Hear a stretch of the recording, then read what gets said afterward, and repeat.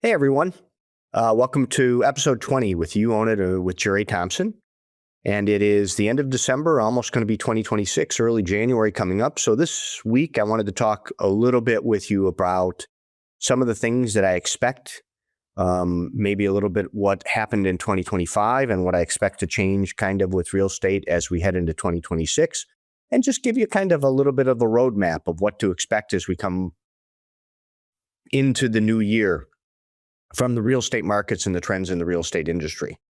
And so I want to start by kind of mentioning to you one of the things that I've seen in my over 30 years in the business is that as things change we went from an ML book to a MS-DOS computer system to more advanced computers, to cell phones being added in the industry, to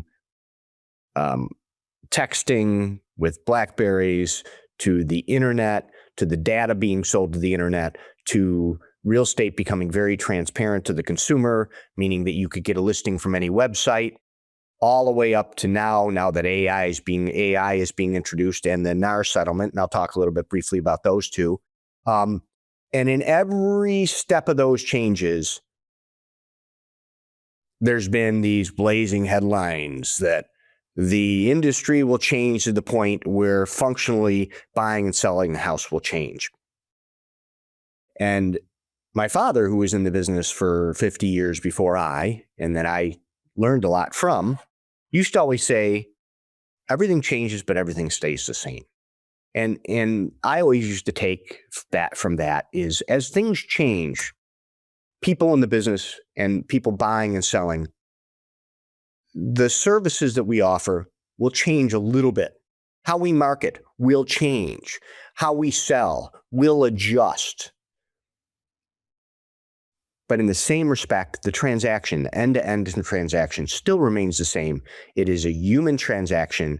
It is a significant financial decision that people still are seeking out expert advice in order to get through the transaction from point A, from the beginning to the end. And I use this analogy all the time. In fact, tomorrow, assuming that the snowstorm does not stick me in Buffalo, New York, my wife and I will be getting on a flight to head to Florida to hop on a cruise ship.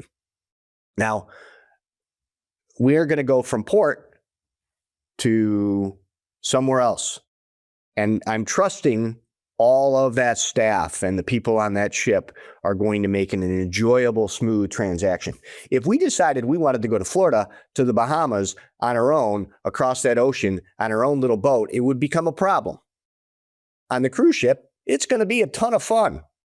I'm going to be served drinks by the pool. I'm going to be able to go and see shows, have great meals. It's all on a little app that we've scheduled. And during that entire process, the staff of that cruise line is going to keep things safe and smooth so that we aren't alone in the ocean. Real estate's exactly the same way. You may buy or sell a piece of real estate 5 to 7 times in your entire life. And over 30 years or 40 or 50 years, that's once every 10 years. And everything changes as far as process and marketing and service and contracts and forms and regulations every 2 or 3 years. And they're all regional.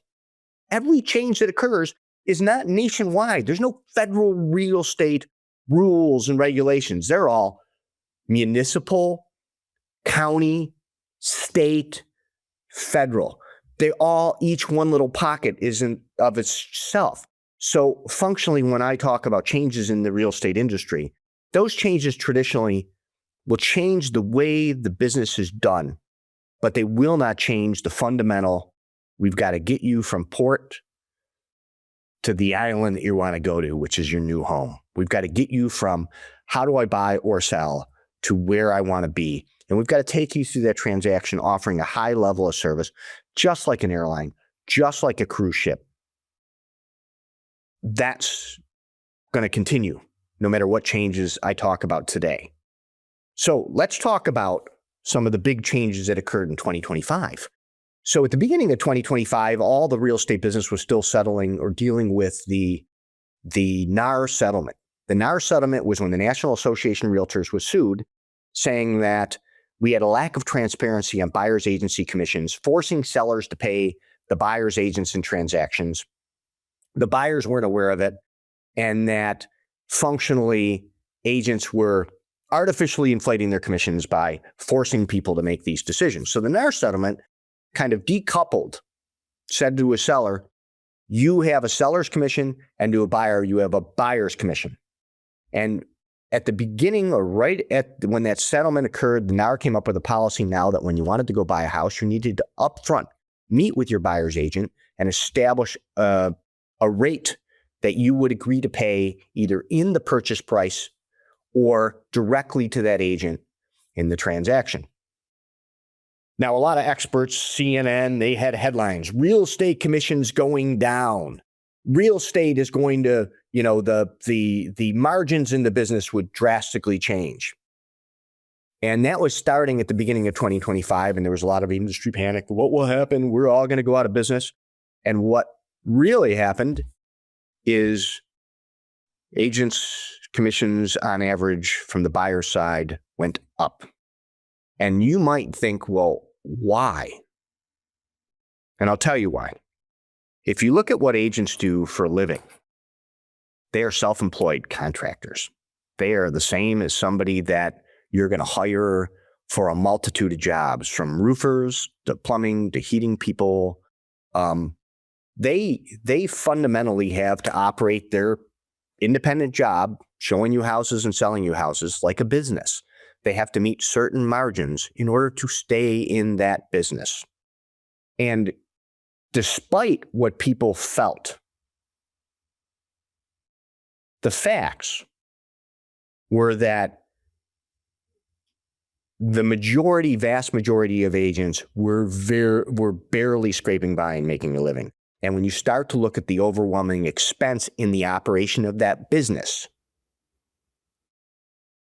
the margins were not great. So when they changed to this disclosure situation, the good agents started to say, I need to operate this as a business. I need to charge a rate that I am worth and that I can still pay for the mileage, the cars, health insurance, errors and emissions insurance, forms, contracts, marketing, advertising, signage, lockbox, board dues and fees, continuing education, all to sell you one house, and then share in that compensation with their broker who pays for the office, the utilities, the meeting room, the coffee, the things that allow you to come in to meet with your agent somewhere, and the branding, the national advertising, the regional advertising, the newspaper, the print, the Google ads, the metrics, all that stuff is expense to that business.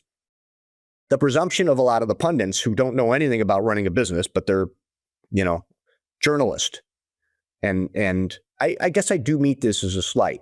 Journalism has become a clickbait scenario.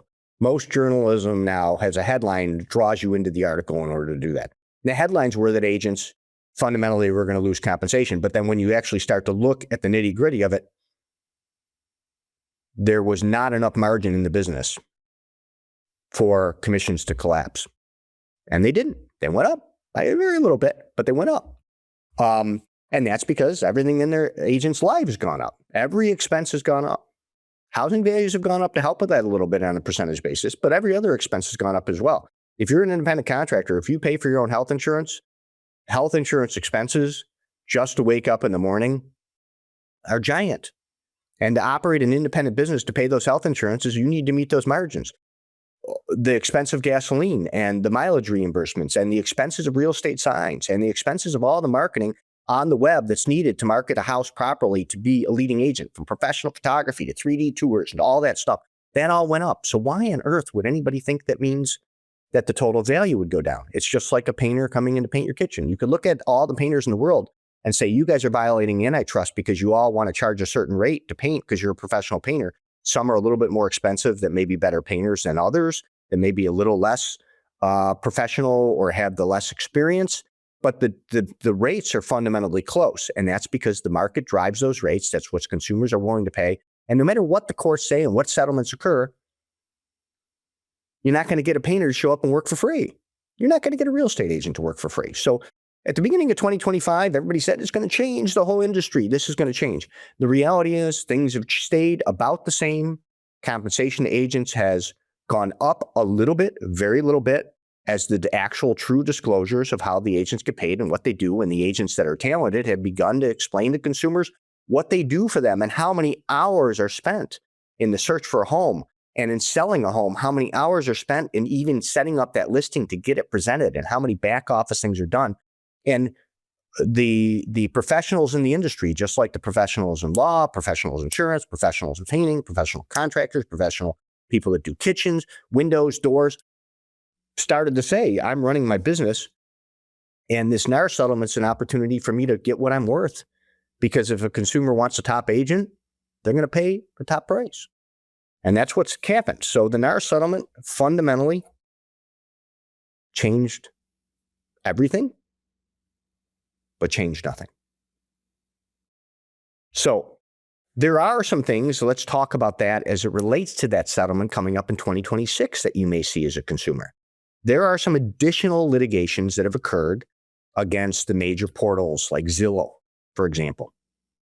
And one of the things most consumers don't know is that when they go click on an ad on Zillow or they click on a listing on Zillow, Zillow captures your data and then they sell you as a lead to agents for a referral fee.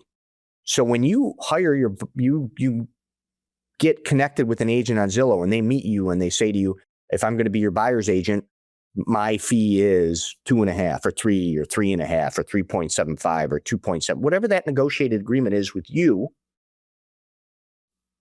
Right now, what often happens is consumers don't recognize that in that expense, the agent can be paying between 25 and 42% of the total commission back to the portal as an advertising referral or a cost for you as a lead to that agent. So with the NAR settlement, with the consumer, what you got as a customer is transparency from your agent right up front as to how they got paid when you were buying a house. And now the next step of lawsuits will probably create a scenario where that transparency will include any of the portals or any hidden referral costs. And those major portals may end up having, when you click that button, a referral agreement that you need to sign acknowledging that cost. I think there's going to be a settlement of it, but what it's doing is it's attempting now to whittle, some of the fundamental cost of agents in generating business, whittle that down to maybe whittle the compensation down. But I don't expect, again, I think that's going to happen. It's going to be a new disclosure. It's going to be a new step if you don't have an agent you've interviewed with directly, where you're getting the agent from a third-party source, UpNest, Homes.com, Realtor.com, Zillow, you name it. When you get a realtor lead, they're all HomeLight. They're all trying to charge the realtor for you being introduced to the agent.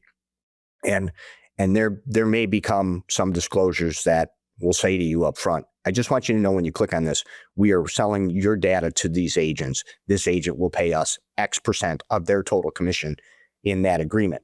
And that would make things a little more end-to-end transparent on expenses that functionally the consumer pays in the end. They pay the referral. You buy the house, the seller, even if they're paying the buyer's agent, they get the money. The money track starts with the buyer. They have a bag of money. They hand it to the seller.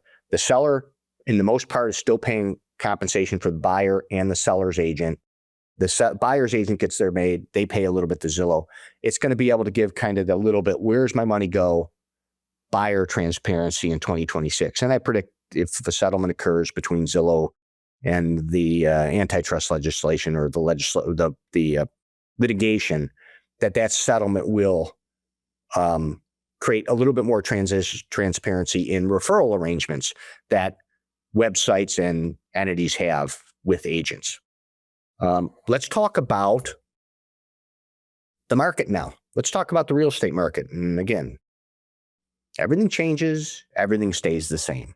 There's a lot of news lately about the flattening of the market, and it's soon going to be a buyer's market. And one of the things that I always like to look at is what was a house worth in 2010 and what was it worth in 2025? And the best thing I can educate you on is if the market declines in your area, and right now they're seeing it in some of the more expensive West Coast areas, some of the more expensive areas in Florida, areas where insurance is becoming an issue. We'll talk a little bit about that later. We're seeing prices where a house sold last year for $450 stay at $450 or decline to $448.5. And when I told you at the beginning, look at what it was in 220. In 220, that may have been worth $250,000. The market is not depreciating to where we were before, even if it turns into a market where you may be able to negotiate off of list because inventory goes up, which I don't expect to happen, at least in the Buffalo, Western New York area. And I don't expect to happen in many areas of the country. But if it does, buyers that are looking or been waiting or hoping to get that deal, every year you wait, it's just going to keep, even if it flattens for a year or two, it's then going to increase again. You're not getting a 450 at 250. You might be able to get a 450 at 447 if the market changes. If you want my prediction for 2026, I think the Federal Reserve has continued to lower rates. I think some of the leadership there is changing. And to me, the rate decreases may get a little too quick, and we may end up in a market where the lower rates fuel more buyers than sellers, and we're going to be back to the same old inflationary real estate market. I think the higher interest rates were helping the property values stabilize. It's my opinion. I don't know what the professional economists say, but they never know either. But my opinion is the interest rates of 7% were offering two fundamental side benefits, not in your monthly payment, but they were keeping the values from going too crazy by taking some buyers out of the market. They were making it easier to save money because you could earn 4.5% in online savings accounts like at American Express Savings or Citizen Savings or any of the number of good online banks were paying a decent rate. Now they're down to 3.3% for a savings account, not your local bank otherwise. And they were helping to stabilize the value. If the rates go down, your payment may look more attractive. But if inventory does not increase, that means values will go up because people will pay more because they buy on what's it cost a monthly. They don't often buy on the end number. It's like auto leasing. You can get this lease for $299 a month, or you can pay $48,000 cash for the house or the car, and the monthly payment's more attractive to somebody, so they might lease it at $299 a month with all the complications that come with the lease turn in and all that other stuff. So I don't expect housing values to change, and I don't expect the inventory to go up to the point where you're going to see a market where there's going to be bargain basement values. The commercial business, the rates are going to help save a little bit because commercial and large scale multiple units that were bought in 2020, 2021, where rates at their optimum are coming into what most people don't know is that when you do, let's say, mixed use loan, a lot of those loans are loaned in a portfolio, meaning the bank keeps the money, they don't resell it. And a lot of them have balloon notes in 5 years. And those balloon notes reset the rate or they call the note. And so if I bought a 20 unit in 2020 and my rate was 4% and it's cash flowing great at $3,000 a month, my rate may be resetting at 8% if I was that investor. And if the market values aren't going up and the rates are higher on those investment products, you may see a decline in investment properties or a slight adjustment downward because the higher rates mean less return because the income versus the return is where you look at your numbers from an investment perspective. Who knows? I could be completely wrong, but I think the lower rates will keep housing values appreciating, at least in many markets in the country. There are a few markets that will change that are very, again, real estate's market specific. And as I've looked at this over 35 years, everything changes, but it's all going to stay the same. Over time, real estate is going to continue to appreciate. The dollar inflates, and people will buy, and they're not making any more land in the United States. Not unless we succeed in getting Greenland. And I don't think that's happening. But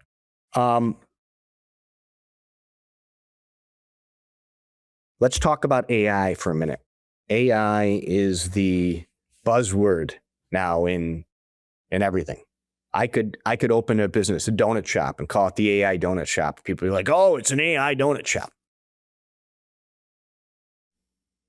Artificial intelligence is the thing. You can do great things. If any of you have gone on to ChatGPT or Gemini, you can take a picture and say, change this picture, background, face. You can make it look very, very real. Like that. You can hire AI systems to program stuff for you. And AI is going to replace some jobs in the United States. As we head into the market with real estate, agents need to be aware, buyers and sellers need to be aware of what AI changes are coming, and agents will adapt to that. There is not going to be, for most consumers, this AI product that ends changes the home buying and shopping experience. Unless you're willing to trust an AI to show you houses online and buy it sight unseen, and handle approval of the contracts, financing applications, all of the problems that come up with it. Do me a favor, ask ChatGPT what the score of the Bills game was. And oftentimes they'll give you a completely different game than what occurred last week. Or it'll make up stuff. That is not going to revolutionize the real estate industry. It may help agents to simplify and streamline some marketing things. It helps us to write descriptions. It might help us to edit some photos quicker. It may help us to come up with a full-scale marketing plan on the best opportunities to market with the data. Once you bring all that out and you get more information at people's fingertips quicker and easier, like Google did with the internet. Well, it was Yahoo and Google, but now it's just Google, right? I mean, does people use Yahoo search engines anymore that much? Or AOL search engines? I still have a client occasionally that comes up with an AOL email. All right. So the use of AI will become integrated into many things you see agents doing to market. I have AI in my car, so I can ask Gemini questions and get directions to somewhere and have them do navigation and do all that stuff for me. But it's not going to sell you a house, and it's not going to show and sell your listing. So it's like, I liken it to when the internet came and the MLS let everybody have their listings on Zillow and Realtor.com. And I remember sitting in meetings and people scream, everybody's got all the information. How am I going to sell a house? And here I am, and it's 2025. I sold more last year than I think I sold more in 2024, but it was pretty close. And I'm still doing the same thing. I'm just using the tools that become available to me with technology better, like this podcast. I'm filming it on an iPhone, tying it into my Mac, and then distributing it to multiple places with one simple platform, a couple clicks of the button, and help from Social Chameleon, they watch these and they cut them up for me and they make the reels. It makes my life easier. I pay for the service. AI is the same way. It's going to make my life easier. It's going to let me streamline some things. It's going to let me do more things quicker, and it's going to give me data. It's going to do the same thing for you as a customer, but you're still going to need interpretation of that data and verification that that data is not made up and isn't a lie. AI makes up stuff, so be careful with it. And the other thing about AI is very scary. Go to Gemini, which is a X product, or it's on X, it's available on X or anywhere else, and take pictures. And we did this over the holidays. My father and uncle sent me a picture of a golf course they were in, wherever, and I made them look like Santa Claus. And then I made them at a frat party as pledges, and it took that picture and it put them with drawing on their face. My uncle ended up with a red cup, and in the background there was a bunch of frat guys playing beer pong. It looked real. If I had posted that, people would have said, what is my family members, my father and my uncle, who are been retired for 15 years, doing at a frat party today? It's a little scary, and then it's very easy to fake stuff.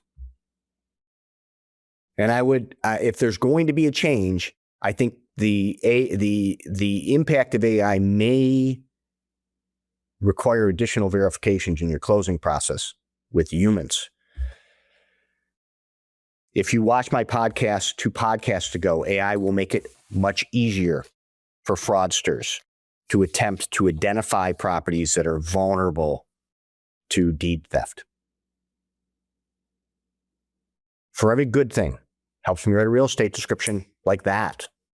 I write my description, I type it in, I ask them to modify it and proof it and change it for improved. It changes it, proves it, I reread it, my description's done.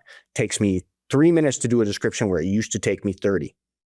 It also takes the crooks 3 minutes to figure out where are the vacant properties that are non-owner occupied with the owner living out of the area now. So with the advent of AI will also become a value on the flip side for verification of who's real and who's not.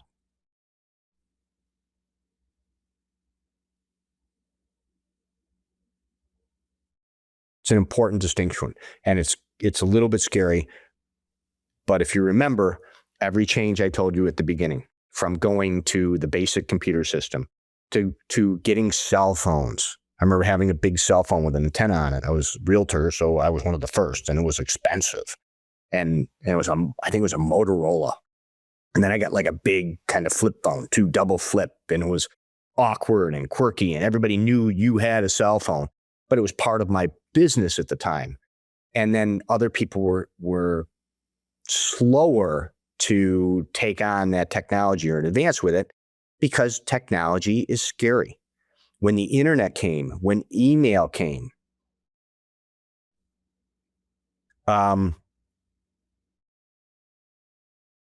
it's scary. The initial reaction to those changes is always panic or discomfort. If any of you ever played video games, as technology advances, now there's games where literally you can have a headset on and talk to the other people. It's been for years, right? Call of Duty, things like that, where there's other people there that you can say something, they can hear you while you're playing the game as a collaborative, as a group, or against each other as a group. First time you ever did that, I remember first AOL email I ever got was like, whoa, who's instant messages, first instant message, who's instant messaging? What is this? It's scary, it's uncomfortable. First text, first internet access, all of that. Except in the real estate industry, the top professionals look at this as the opportunity to take that progress and use the good of it to help their customers and clients, and to take the bad of it and use to be aware of it to defend their customers and clients.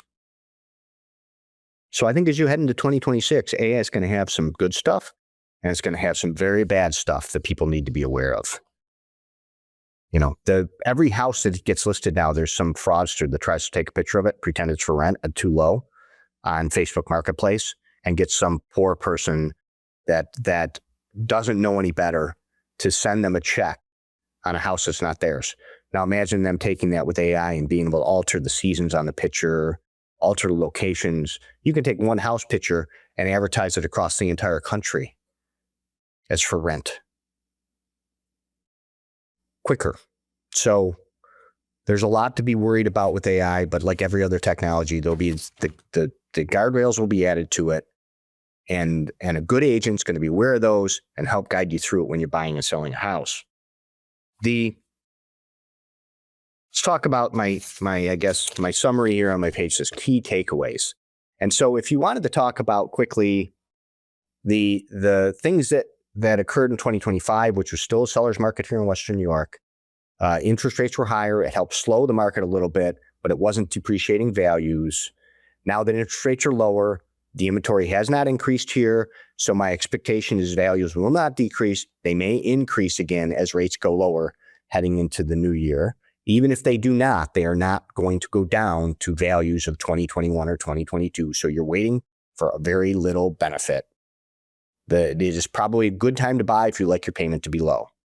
The NAR settlement is just simply going to give you more transparency as time goes on. And good agents will always introduce it to you right away. They will discuss your options with you. They'll offer you an agreement that clearly discloses what they get paid for up front, so that you know when you go to buy that house what that total compensation is. And AI is going to change the business, but it's just not going to change the service that you get from a top real estate professional or the guidance you get from a top real estate professional. Because there are so many things in that programming that are dangerous that you need to have a human to verify. As always, thank you for listening to You Own It. This is the 20th episode. I am thrilled to still be here and doing it. I want to wish you all a happy New Year. Tonight is New Year's Eve, snowstorm in Buffalo. I will be in sun in 2 days, and then I'll be back in less than a week so my clients and customers can expect the same top service, and I'll be looking forward to helping you buy or sell in 2026. Thanks for listening. Thank you so much for tuning in to You Own It. Don't forget to take a look at the show notes for any resources mentioned during the show. And if you haven't already, be sure to subscribe on YouTube, follow us on your favorite podcast apps, and turn on your notifications so you have access to the latest and greatest. All of our social channels are clickable in the show notes as well. I'd also like to remind you to check out our website, c21jerry.com. There you'll find more info on me as well as my latest listings for all of Western New York. Thanks for tuning in. Remember, through any big decision, you own it.